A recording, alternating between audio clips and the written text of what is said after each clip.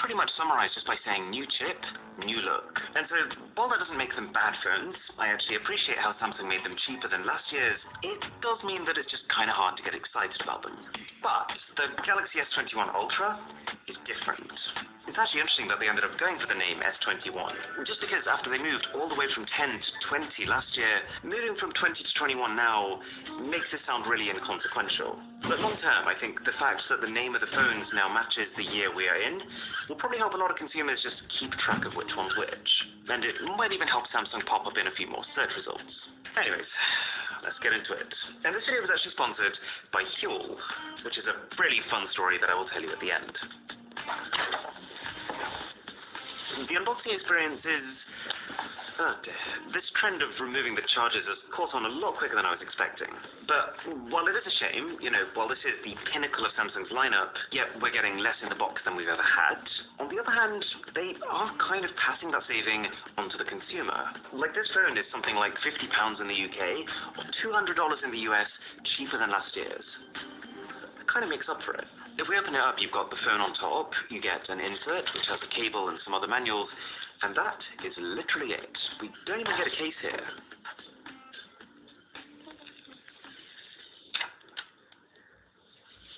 Right, here's what you came for though. This is an even better phone than it looks like. I haven't had it long enough for a full review, but I've had it long enough to say that Samsung has fixed almost every problem with the Galaxy S20 Ultra. There's just one thing you've got to look out for.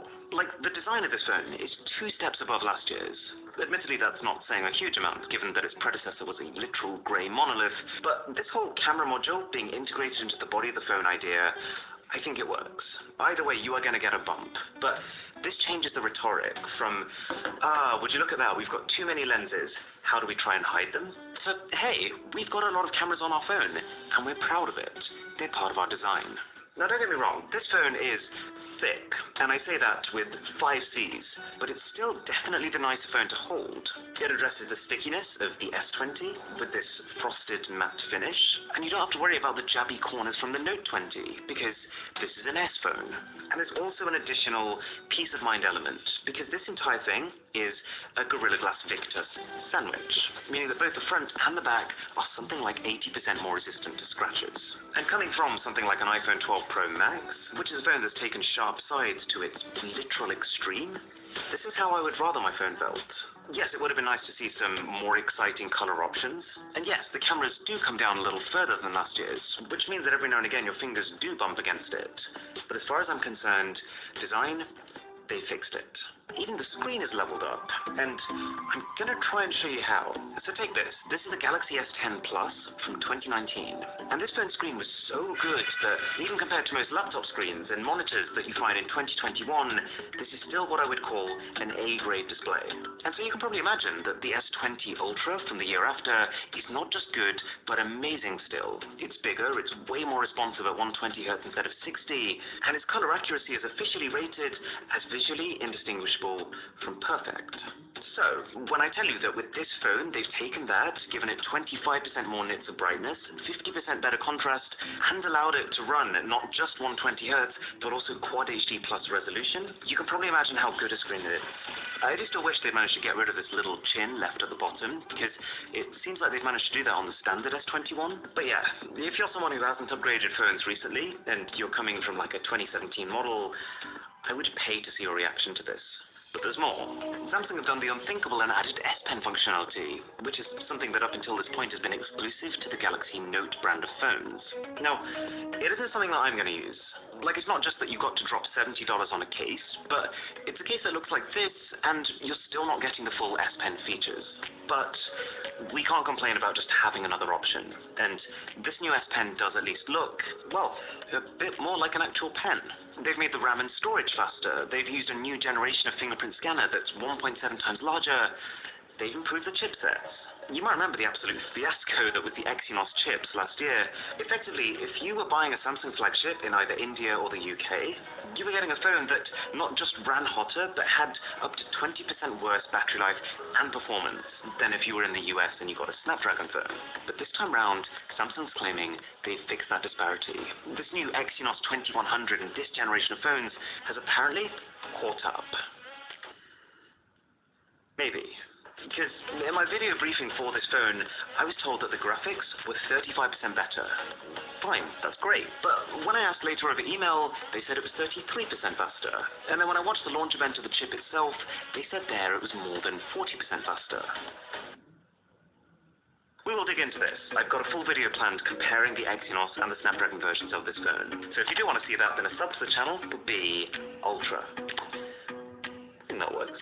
But don't forget, just having a next-gen chip in this phone, whatever the region, means a whole load of other quality-of-life improvements, like better 5G, better battery efficiency, Bluetooth 5.2, which is effectively just more stable Bluetooth, and it might also make your earphones sound better.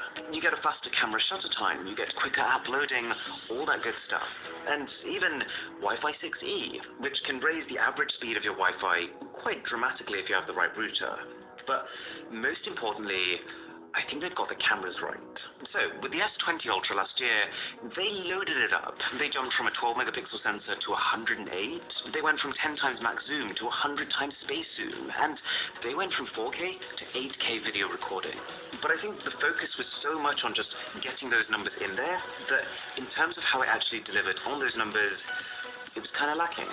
This 108 megapixel sensor, it was detailed, but when it launched, actually suffered worse dynamic range than even the normal Galaxy S20.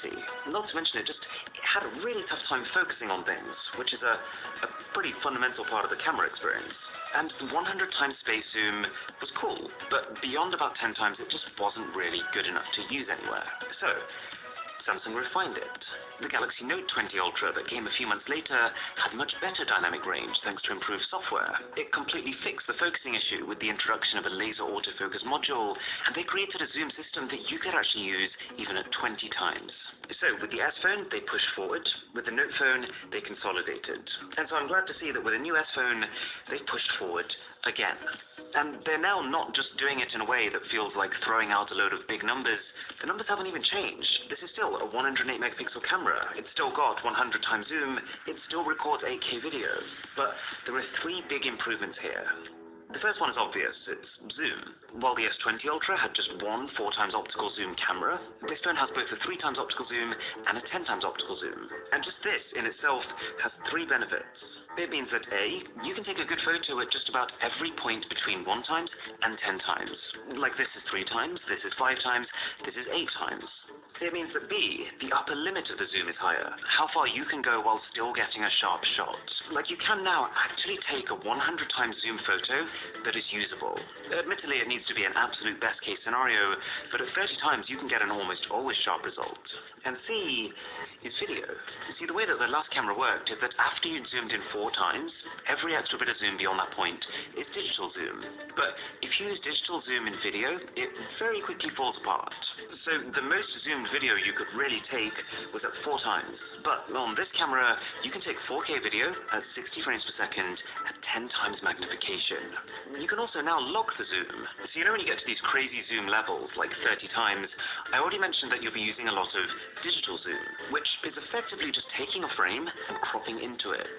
And the one upside of doing this is that when you're zoomed in, your phone can actually see a lot more than what you can see. And so, as you move your phone up, for example, as your hand shakes, that crop can just come down so that your subject remains still. All that said though, how important is zoom? Like, is it just one of those things that's really easy to sell to people? Because you can be like, well, at 100 times magnification, our photos look so much better than the competition, so our cameras are so much better than the competition. To be fair, when I was on the S20 Ultra, I did use the zoom a fair bit. But at the same time, I can't think of a single point when I used it because I actually needed to see something really far away. It was almost always just the same way you use a toy. Like, I'm curious, what can it do in this situation type thing. And I did say this in one of my videos about the phone, but there were so many comments of people like, rubbish, I've seen what that phone can do, it's way more than a toy. But then I realized that a lot of them had actually come from this video, which is actually a fake video. If this was what the phone could actually do, then I would say yes, fair enough, that is mad, but it isn't. Anyways, though, zoom aside, the second big upgrade is the sensor. While the old one used Samsung's HM1 sensor, this one uses Samsung's HM3. The way it was described to me is that this will capture 64 times richer color and 3 times wider dynamic range. But I would just be a little careful about that, because what that's actually referring to is the fact that this can shoot 12-bit raw images. And as cool as that is, most people won't be doing that. But what it will mean for just about every normal photo you take is still noticeably better dynamic range and still a pretty drastic improvement in low light. And who knows, I might find more improvements as I start to test it more in depth. Now, the third camera upgrade is the most interesting. See, this phone technically has 4 cameras, right? It's a quad camera setup. But it's actually kind of 5. What they've done is add a dual pixel autofocus to the ultra-wide camera. And so when you get really close to subjects, it can detect where they are and turn itself into a macro camera. I did see a fair few people online saying that they were surprised that Samsung didn't add some sort of 5th camera to fill this space, but they kind of did add a 5th camera. And by being a 2-in-1, it's not just that you're getting a free macro camera, it's that you're getting a better macro camera. Because it's true, most of them suck. With most macro cameras, you're getting like a 2-megapixel or like a 5-megapixel throwaway lens, but with this, it's 12. This ultra-wide camera, and therefore this macro camera, has the same sensor as the main camera of the Galaxy Note 10. So, providing you're in decent light, it's an impressive result.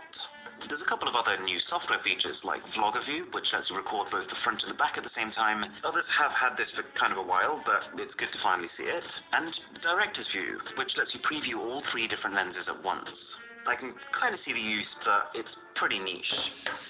Right, so I mentioned earlier that there was one thing that you should probably watch out for with this phone, and that's the fact that Samsung has silently dropped micro SD card support, which means that compared to the frankly ridiculous 1.5 terabytes that the S20 Ultra could store, which is one of those things that really made us go, whoa, that is ultra, the new phone goes up to a much more normal 512 gigabytes. And this is particularly worth bearing in mind because Samsung is marketing this as the multimedia machine, the phone to record 4K video at 60 frames per second on, the phone to record 8K video on. Do you want to know how much 8K video you can actually fit on the base version of this phone? 3 hours. 3 hours of 8K video, even at just 24 FPS, will completely fill every bit of storage you've got. And that's assuming you've got no apps, no music, and 0 photos. But I do have to say, Samsung has really covered themselves with this phone. Like, for pretty much every single hole you could potentially poke at it, there is a justification. Like, for expandable storage, not only has pretty much every competitor also ditched their support for it, but Samsung has specifically tried to make up for it by making sure that their 256GB model, which is twice the base storage, only costs $50 more, while most companies will make this option cost an extra $100. You could say, Samsung, you're so cheap, you got rid of the AKG earphones in the box. I really wanted those. But at the same time, they're giving away free Galaxy Buds Pro to people who pre-order it. And those are like 10 times the value. You could even say, I saw this on Twitter, charging speed. The charging speed of the phone sucks. 25 watts, what year is this, like 1976? But what they have done is optimized how fast the phone charges with just 25 watts of power. And at the same time, they've halved the price that they're selling those 25 watt bricks for. So, hang on for those detailed comparisons, but so far, I'm very happy. Okay, this is Huel, and you might be able to tell I've never been this excited about a sponsorship because I've actually been drinking Huel for 4 years before the company reached out to me. I think they spotted me wearing a Huel t-shirt in some sort of past review, and they were just like, hey, do you want to talk about us in an actual video? Yes, I do. So, when you buy Huel, you're basically buying an entire meal in powder form. You get a free shaker with it, and to make it, you literally just add water and shake. And it's actually built so that you don't even need to pour it into anything. You drink it from the shaker.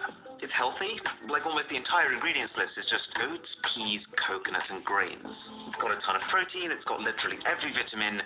It tastes surprisingly good. And actually, the one I've switched to recently is the new Black Edition, which is the exact same concept, but with 33% more protein and 50% less carbs. So give it a try. I've left a special link in the description, and if you click that link, it will really help to support this channel. And if you order, you'll actually get not just the powder and the shaker, but also one of these extremely well-fitting Huel t-shirts.